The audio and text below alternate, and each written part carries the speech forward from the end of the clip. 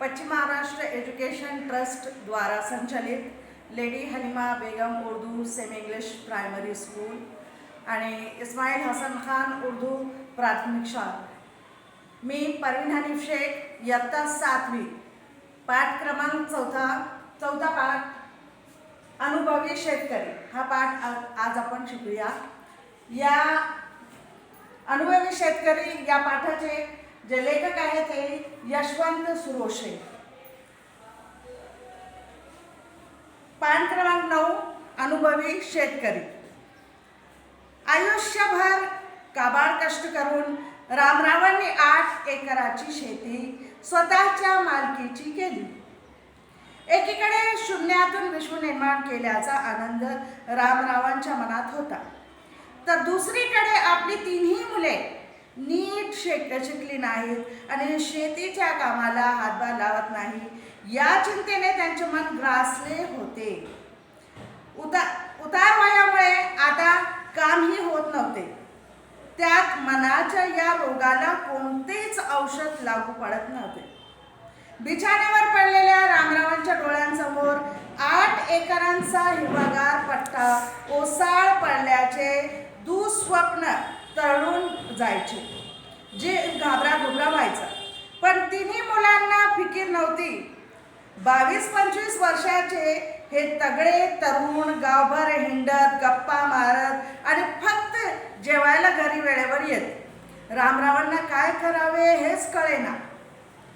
इस paragraph का मतलब क्या है कि ये अनुभवी शेतकरी, अनुभवी यानी जिसको बहुत ज़्यादा तजुर्बा होता है, ये बहुत ज़्यादा तजुर्बा रखने वाला जो शेतकरी है उसकी कथा है, ये कहानी है। इस कहानी में बताया गया है कि रामराव जो है एक ऐसे व्यक्ति है कि जिनको जो है ज्यांनी शून्यातून जो है विश्व निर्माण केले। इसका मतलब क्या है कि जिन्होंने जो है कुछ ना होते हुए, यानी उनके पास बिल्कुल पैसा वगैरह नहीं था, लेकिन उन्होंने जो है ज़ीरो से, सिफर से जो है अपना जो है कारोबार, अपना पैसा पानी जो है इकट्ठा किया था और बहुत मेहनत से उन्होंने जो है उनकी जो खेती जो है शेतकरी यानी खेती बाड़ी की थी और खेत लिया था।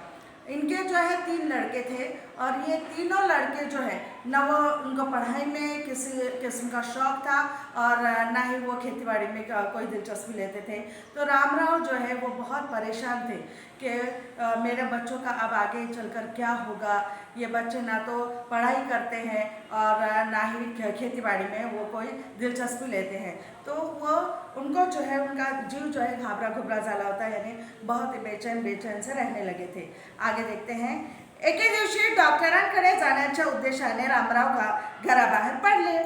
दवाखान्यात न जाता पेठेतल्या एकमेव बँकेत गेले। बँकेच्या व्यवस्थापकांशी अर्धा तास चर्चा केली नि परत घरी आले। तो वो क्या करते एक दफ़ा कि वो जाने लगते, डॉक्टर के पास जाना रहता है क्योंकि उनका जो है तबीयत नासाज होती है। तो डॉक्टर के पास जाने के बदले में वो क्या करते हैं, बैंक में जाते हैं। उस इलाके की, उस गांव की एक ही बैंक रहती है और उस बैंक में वो जाते हैं और बैंक के मैनेजर से उनकी मुलाकात होती है। रात्री रामरावांच्या पत्नीने सर्वांना जेवायला बोलावले। जेवणापूर्वी रामराव मुलांना म्हणाले, क्या कहा देखो ने अपने बच्चों से, मुलांनो आता मी थकलोय, अब मैं बहुत थक चुका हूँ, माझ्याच्याने ही शेतीवाडीची कामं होणार नाहीत, मैं अभी काम नहीं कर सकता। तुम्हाला ही शेतीची कामं करायला कमीपणा वाटतो, तुमको शेत का और खेतीबाड़ी का काम करने में तुमको शर्म आती है। बँकेत मी तुमच्यासाठी कर्जाची सोय करून आलोय। तुम्हाला प्रत्येकाला 5 लाख रुपये कर्ज मिळेल। हर बच्चे को कितने रुपये मिलेंगे? 5 लाख रुपये। त्यातून तुम्ही पोटा पाण्याचा यानी उस 5 लाख रुपये में तुम अपने खाने पीने का इंतज़ाम करो, धंदा करा। कर्जासाठी जमीन गहाण ठेवायचं ठरलंय। फक्त तुम्ही एक काम करा। क्या कहता है? सिर्फ एक काम करो, गावातल्या बँकेच्या नियमाप्रमाणे प्रत्येकांना 10,000 रुपये भरून आपापलं कर्जाचं बँकेत काढा। तो आपको सिर्फ इतना ही करना, आपको 5-5 लाख रुपए मिलेंगे। सिर्फ अपने तौर से 10,000 रुपये आप कमाकर बैंक में भर दो तो तुमको ये कर्ज की रकम मिल जाएगी। मुलांना खूप आनंद झाला। प्रत्येकाच्या डोळ्यांसमोर 5 लाखांचा आकडा तळत होता। सबके आंखों में क्या लग रहा था, अब हमको 5 लाख रुपये मिळेंगे. त्यानंतर हे 10,000 कुठून आणायचे असा प्रत्येक जण विचार करू लागला. त्या रात्री तिन्ही मुले बराच वेळ चर्चा करत एकत्र बसली. अब तीनों भाई क्या हो गया, उनको लालच आ गई और तीनों चर्चा करने लगे, अब अपन 10,000 रुपये कहाँ से लाएंगे, अपने को 5-5 लाख रुपये मिलने वाले हैं. दुसऱ्या दिवशी सकाळी कुठेतरी पेठेत मित्रांकडे उसनवारी करण्यासाठी गेले. उसन यानी कर्ज मागना, किसी से उधार लेने के लिए गए, दोस्तों से उधार लेने के लिए. पण कोणाचेच काम झाले नाही, किसी को भी उधार पैसे नहीं मिले.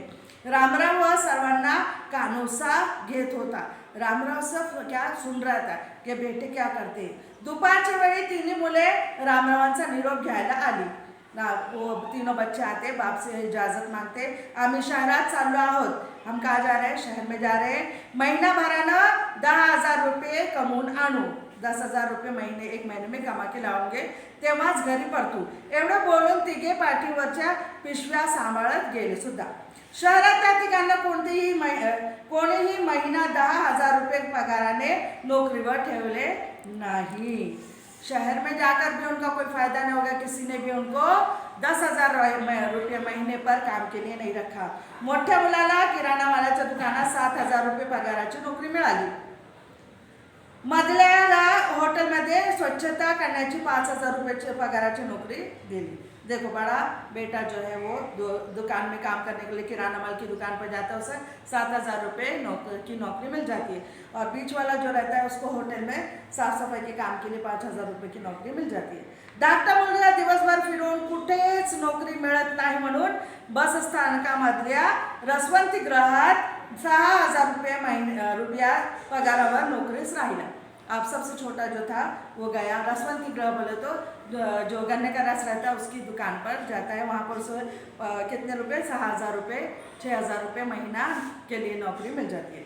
पहिल्याच दिवशी खूप भूक लागली म्हणून थोरल्याने पोत्यातले मूठभर शेंगदाणे उचलले आणि तोंडात टाकले. हे मालकाने पाहिले. अब देखो पहला दिन रहता काम का और बड़ा बेटा जो किराना माल की दुकान में रहता है वो क्या करता, बहुत भूख लगी करके शेंगदाणे उठाता है, मुट्ठी भर और मुंह में डालता है. थोरल्याला कडक शब्दात सुनावले तो मालक जो है वो गुस्सा होता है. क्या बोलता है, त्याचा अपमान केला, बहुत उसका अपमान करता है. थोरल्याला घरातल्या कोपऱ्यात भरलेल्या शेंगदाण्याची पोती आठवून आल्या. देखो जो बात घर की होती है, घर के जो उसे याद आती है कि मेरे घर में इतना अनाज भरा हुआ होता है, पोते से पोते भरे हुए रहते हैं, लेकिन यहाँ पर एक मुट्ठी शेंगदाणे खाने से मेरी इतनी बेइज्जती हुई. मधल्या मुलाची तर हॉटेलातील साफसफाई करून पुरती वाट लागली. वो साफ सफाई करते करते करते वो इतना थक जाता था कि वो उसकी वाटच लग गई. दिवसभर हात ओले राहिल्यामुळे पांढरे फटक झाले. उसके पूरे दिन भर बर्तन घसते घसते घसते उसके पूरे हाथ पांढरे पटक झाले. नाकाला हॉटेलमधल्या पदार्थाचा वास नकोस झाला. पूरे खाने पकाने की जो खुशबू है वो खुशबू सुनते सुनते उसकी नाक बिल्कुल नाकोस झाला. त्याला आपल्याला वावरातला पाठ आठवू लागला. उसको क्या याद आने लगा, घर की जो साफ सुथरी हवा याद आने लगी. खळखळ खळखळ पाण्याचा पाठ, साऱ्या पिकाला पाणी पाजत पुढे जातो. निर्मळ नितळ पाणी, हिरवं शेत पाहून मला तरतरी येत आणि इथे तो उसे सब याद आने लगा कि कैसा हमारे गांव का माहौल, कितना साफ सुथरा, कितना अच्छा पानी, ठंडा ठंडा पानी, चारों तरफ हरियाली हरियाली, खेत ही खेत, और यहाँ इतने से छोटे से होटल में मेरी जान जो है वो चली जा रही है. और यहाँ की जो बदबू है, खुशबू है, जो भी खाने पकाने की चीज़ें, उससे उसका हालत ख़राब होने लगी. यापेक्षा शेतातला पाणी देणं सोपं, इससे तो आसान था कि मैं अपने खेती में खेत को पानी देता, असा विचार करून तो काम करत राहिला. धाकट्याचाही परिस्थिती फार वेगळी नव्हती. सबसे जो छोटा रहता उसकी भी परिस्थिती बहुत अच्छी नहीं थी. ऊसाच्या रसाचे पैसे पाहून त्याला आपल्या मळ्यातल्या ऊस आठवला नसता तरच नवल. देखो यानी एक इतने से गन्ने के रस के लिए लोग पैसे दे रहे हैं और इतना इतना रस पी रहे हैं. आज वो बोलता है मेरे खेतों में इतना उगता है गन्ना और उसको कोई पूछता भी नहीं है. गावाहून येणाऱ्या माणसांना टाळतो तिथे काम करू लागला. अब वो उसको ऐसा लगता क्या, देखो कि कितना मतलब गांव की ज़िंदगी और शहर की ज़िंदगी में कितना फ़र्क है. एवढेच काम आपण घरी केले असते तर असा विचार त्याच्या मनात येऊ लागला, अगर यही काम मैं अपने घर में करता और गन्ने के खेत में काम करता तो आज मेरे पास कितना पैसा होता है। आज मैं यहाँ पर शहर में आकर ये गन्ने के रस के दुकान में काम कर रहा हूँ और बेइज्जती की ज़िंदगी गुजार रहा हूँ। इससे तो बेहतर था कि मैं अपने खेत में काम करता और गन्ने की शेती करता। त्या पहिल्या रात्री तिघांनी फोनवरून एकमेकांना आपापली नोकरी कशी छान आहे, आरामशीर आहे असे खोटे खोटे सांगितले। अब क्या है तो तीनों ने अपनी अपनी बड़ाई अपने भाइयों की कि मेरा बहुत अच्छा चल रहा, मेरा बहुत अच्छा चल रहा। एक रामराव व त्यांची पत्नी आपल्या मुलांच्या विचाराने व्याकुळ झाले होते, बेचैन थे। माँ बाप को जो है बच्चों की फिकर लगी थे, व्याकुळ झाले। रामराव पत्नीला धीर देत म्हणायचं, अगं मुलं काय वनवासाला नाही गेलीत, त्यांच्या पंखांची ताकद नको का आजमावायला। देखो बाप की जो रहती है, बाप क्या करता है, बच्चों को सहारा देता है, मजबूती देता है, हौसला देता है, तो बच्चों को आजमाना पड़ता है। मी शक्कल लढवली आहे की क्या। और ये जो मनसूबा होता है, ये शेतकरी रामराव खुद ये मनसूबा करते हैं कि बच्चों को किस तरह से सुधारा जाए। एक महिन्यानंतर एके दिवशी तिघे मुले अगदी अशक्त होऊन बहुत कमजोर हो गई, तीनों बच्चे थकून घरी आली। रामराव नुकतेच शेतावरून आले होते। मुलांच्या दुर्मुखलेल्या चेहऱ्यांकडे पाहून त्यांना दया आली। दुर्मुखलेल्याने एकदम उदास चेहरा, तीनों बच्चे उदास चेहरा लेकर घर आते हैं। उनका उदास चेहरा देखकर बाप को बहुत बुरा लगता। बाबा आम्ही चुकलो, एका महिन्यात 10,000 रुपये आम्ही कमवू शकलो नाही, आम्हाला माफ करा। बाप से माफी मांगते हैं कि बाबा कि एक महीने में 10,000 भी हम नहीं कमा सके। थोरला म्हणाला, बाबा माझ्या लक्षात आले की बाहेर इतके कष्ट करण्यापेक्षा आपल्या शेतात आम्ही राबलो तर अधिक पैसे आम्हाला मिळतील, शिवाय आपल्या मर्जीप्रमाणे सवडीप्रमाणे काम करायला मिळेल। देखो अपनी जो खेती होती है उस खेती बाड़ी में हम अपने मर्जी से और अपने वक्त पर जब जी चाहे जब हम अपनी खेती में काम कर सकते, दूसरों की बंदिश नहीं, किसी के गुलाम नहीं है।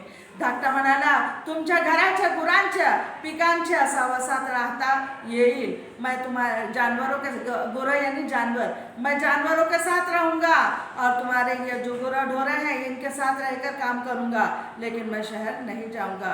पैसे पण मिळतील, प्रेम भी मिळेल। यहाँ रहकर हमें प्यार में मिल सकता है और हमें पैसे भी मिल सकते हैं। मधला हळहळत बोलला, उद्यापासून आम्ही तगा आपल्या शेतात राबू, ने शिवार फुलवू। शिवार यानी पूरा खेत जो है वो जोतेंगे और पूरा फुलेंगे। उस पूरा खेत को जो है हम या हरियाली में तब्दील करेंगे। नको आम्हाला कर्ज, नको आम्हाला पैसे, तुम्ही फक्त आम्हाला मार्गदर्शन करा। बाप से कहते हैं कि हमको कुछ नहीं चाहिए, हमको कर्ज भी नहीं चाहिए, हमको 5 लाख रुपए भी नहीं चाहिए। अब्बा से कहते हैं कि तुम सिर्फ हमारी क्या करो, मार्गदर्शन यानी हमको रास्ता बताओ, हमारी रहबरी करो।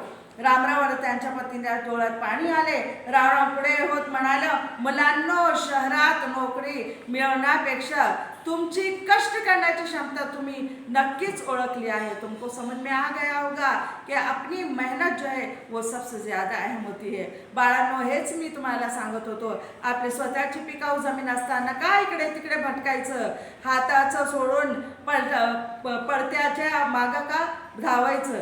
मतलब हाथ में तुम्हारे पास तुम्हारी खुद की जमीन है तो फिर क्यों तुम इधर उधर भाग रहे हो। न लाजता शेतीचं काम करा, स्वाभिमानाने जगा, फख्र से जियो।